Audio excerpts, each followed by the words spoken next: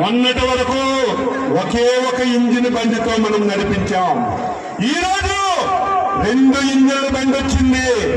ఒక ఇంజిన్ బండి ఉంటే ఏ విధంగా ఉంటారు మీకు తెలుసు. అదే 2 ఇంజిన్లుంటే ఎంత వేగం పరిగెడతాదో మీ అందరికీ తెలుసు. కేంద్ర ప్రభుత్వం సహకారం, మోడీ గారి సహకారం తీసుకుని ఈ రాష్ట్రాన్ని అన్ని విధాల గాడిలో పెడతాం. శ్రీకాకుళం జిల్లా చాలా పేదరికం జిల్లా, వలసలు వెళ్ళిన జిల్లా. ఈ జిల్లాని ఎన్ని విధాలుగా అభివృద్ధి చేసినా ఈ జిల్లా ప్రజల రుణం తీర్చుకోలేము. ఇచ్చాపురం నుంచి హెచ్చర్ల వరకు 8 స్థానాలు ఈ జిల్లాలో ఉన్నాయి. 8 స్థానాలు కూడా 60-70% ఓట్లతో ప్రజలు మమ్మల్ని గెలిపించారంటే శ్రీకాకుళం జిల్లా ప్రజలకి జీవితాంతం సేవ చేసిన ఈ జిల్లా ప్రజల రుణం తీర్చుకోలేమని ఈ సందర్భంగా తెలియజేస్తున్నాను. ఈరోజు కేంద్ర మంత్రిగా రామ్మోహన్ నాయుడు ఉన్నాడు. రాష్ట్రంలో నేను కేబినెట్ మంత్రిగా ఉన్నాను. నా శాఖ నేను 3 రోజుల నుంచి రివ్యూ చేస్తుంటే శ్రీకాకుళం జిల్లాకి 90% మంది ప్రజలకి ఉపయోగపడినటువంటి శాఖ. వ్యవసాయ ఆధారిత జిల్లా. మత్స్యకారులు 194 కిలోమీటర్లు సుదీర్ఘమైనటువంటి తీర ప్రాంతం ఉన్నటువంటి జిల్లా. ఈ రోజు ప్రతి ఒక్కరూ వరి మీద ఆధారపడుతున్నారు.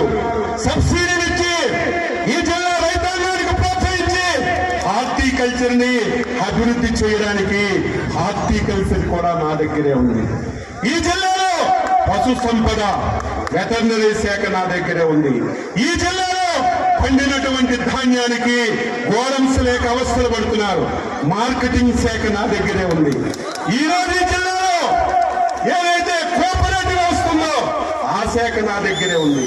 నేను ఎంత అదృష్టవంతుందంటే ఈ శాఖని 4 మంత్రులు చేసేవాళ్ళు. 4 మంత్రులు చేసిన శాఖని చంద్రబాబు నాయుడు నా మీద పెట్టాడంటే అచ్చెన్నాయుడు సత్తా చూసి పెట్టాడు. ఇది కష్టమని తెలిసిన సమర్థుడు కాబట్టి ఈ రోజు శాఖను నిర్వహిస్తాడని మంచి గురుతర బాధ్యత నాకు ఇచ్చాడు. నేను నా బాధ్యతని మీరే చూస్తారు. 53 సంవత్సరాలు అయింది. 25 సంవత్సరాలకు ఎమ్మెల్యే అయ్యాను. 6 సార్లు ఎమ్మెల్యే అయ్యాను. 2 సార్లు మంత్రి అయ్యాను. రాష్ట్ర పార్టీకి అధ్యక్షుడయ్యాను. నా జీవితం శ్రీకాకుళం జిల్లా ప్రజలకి, నా జీవితం నా తెలుగుదేశం పార్టీ కుటుంబ సభ్యులకి, నా జీవితం తెలుగుదేశం పార్టీకి, నా జీవితం చంద్రబాబు నాయుడు కుటుంబానికి నేను అంకితం చేస్తున్నానని చెప్పి మీకు తెలియజేస్తున్నాను. ఈ రోజు ప్రతి ఒక్కరికి నేను మాటిస్తున్నాను. ఎంతో మంది ఉద్దండులు శ్రీకాకుళం జిల్లాలో రాజకీయాలు చేశారు. ఎంతో మంది మంత్రులు చేశారు. ఈ రోజు ప్రతి కార్యకర్తకి మాటిస్తున్నాను.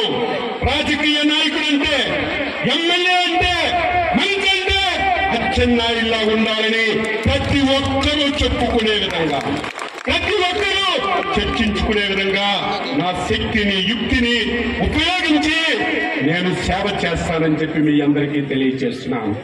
చూస్తున్నారు.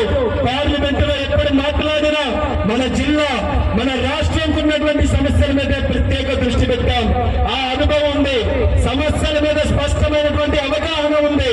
అందుకని ఈ 5 సంవత్సరాలు కూడా కేంద్రంతో ఈ రోజు మీరందరూ కూడా చూస్తున్నారు. చంద్రబాబు నాయుడు గారు అంటే ఆయన విలువ ఏ రకంగా ఉందో మీ అందరూ కూడా ఈ రోజు చూస్తున్నారు. దేవుడు ఆశీర్వదించాడు, ప్రజలు ఆశీర్వదించారు.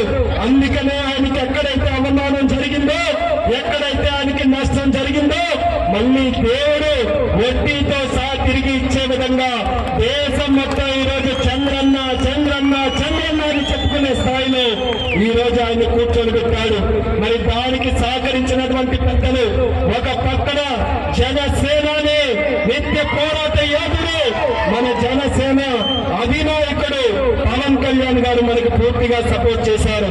వాళ్ళ నాయకులు కూడా క్షేత్ర స్థాయిలో వాళ్ళు కూడా అదే రకంగా మనతో పాటు కష్టపడి ఈ రోజు అత్యధికమైనటువంటి మెజారిటీతో ఈ రాష్ట్రం కాదు దేశంలో ఎప్పుడైనా ఎన్నికలు జరిగితే ఇటువంటి రిజల్ట్ ఎక్కడా కూడా లేని స్థాయిలో రికార్డు మెజారిటీతో గెలిపించారు అంటే దాంట్లో దీంట్లో జనసేనకి ధన్యవాదాలు మరొకసారి నేను తెలియజేసుకుంటున్నాను.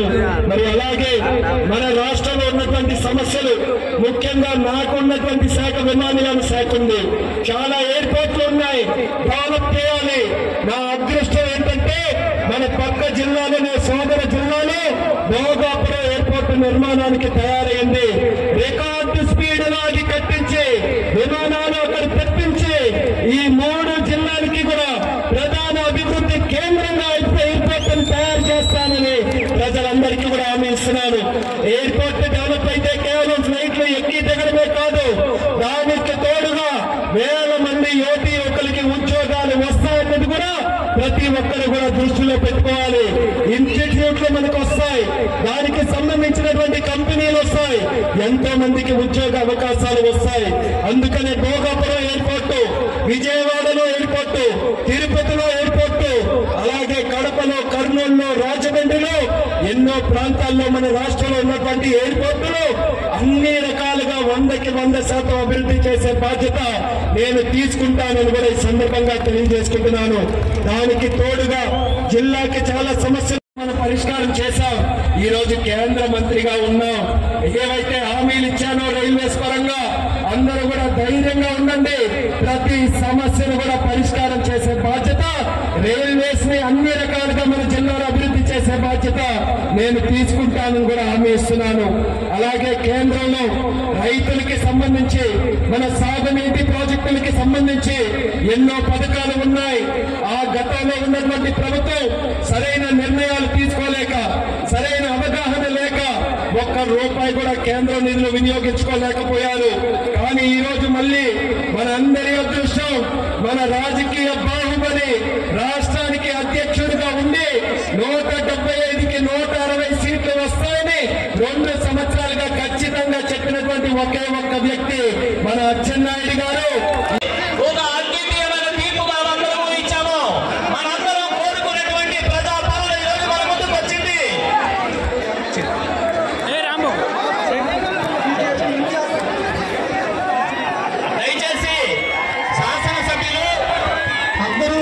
కుర్చీలు ఖాళీగా ఉన్నాయి, ఇకొచ్చి కూర్చోవలసిందిగా కోరుతున్నాం. దయచేసి అందరూ కూడా ఇకొచ్చి కూర్చోవలసిందిగా కోరుతున్నాం. అయ్యా అందరూ ధైర్యమావేశ్వరరావు గారు, అలాగే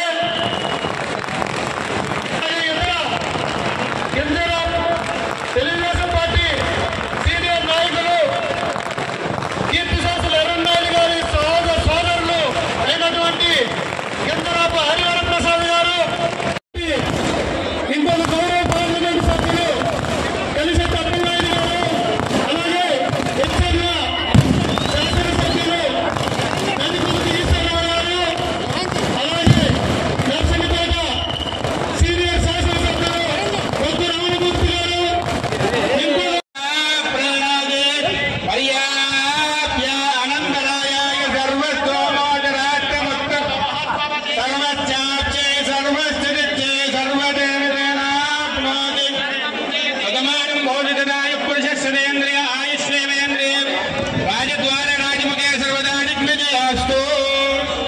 ఇప్పుడు రాజకీయ మౌఢ్యంగాను ముందు ప్రార్థన చేసుకుందాం.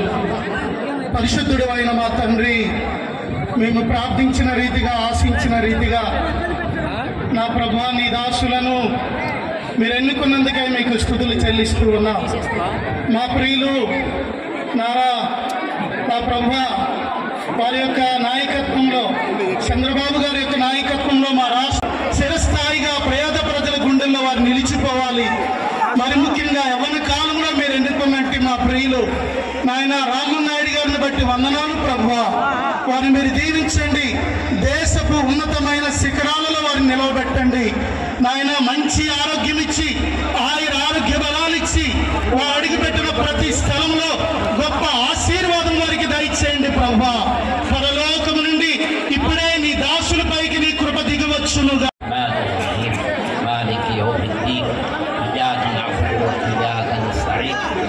الصراط المستقيم صراط الذين أنعمت عليهم غير المغضوب عليهم ولا الضالين آمين.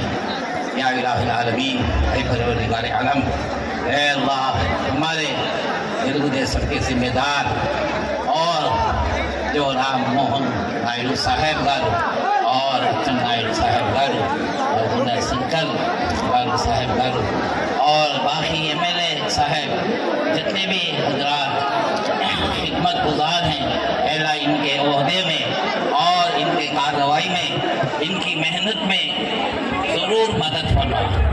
अल्लाह इनके उम्रों में बरकत अता फरमा। दर्जा की खिदमत करने की, दर्जा को खुश करने की तौफीक अता फरमा। अल्लाह जो ज़रूरतमंद हैं उन ज़रूरतमंदों की पूरी खिदमत अंजाम देने की तौफीक अता फरमा।